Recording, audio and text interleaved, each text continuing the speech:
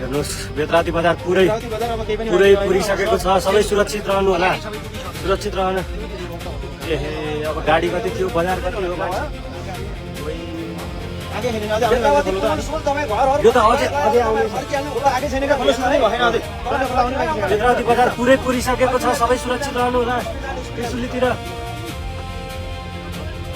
Video बनाएर म तपाईँलाई अलिक बाहिर पठाइदिन्छु अब है।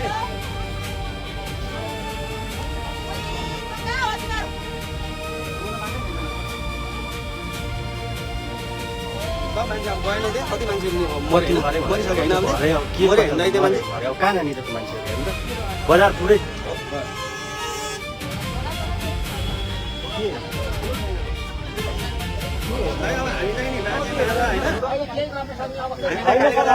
अब यस्तो स्थिति छ। यो बिजोग स्थिति बेतरावती बजार पुरै ध्वस्त सकिसक्यो, भैँसे सकियो।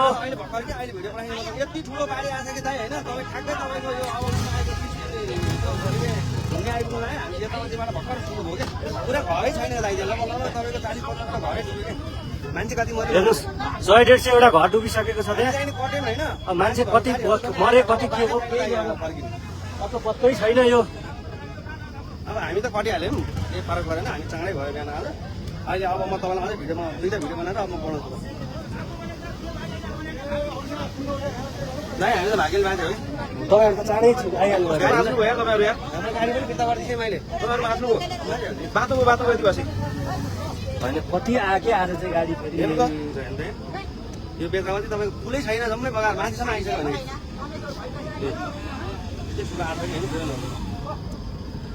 200-300 वटा घर डुबिसक्यो। मान्छे कति के हो, गाडी कति के हो। आजै फेरि गोसाइकुण्ड जाने गाडी यति धेरै आयो, यति धेरै आयो।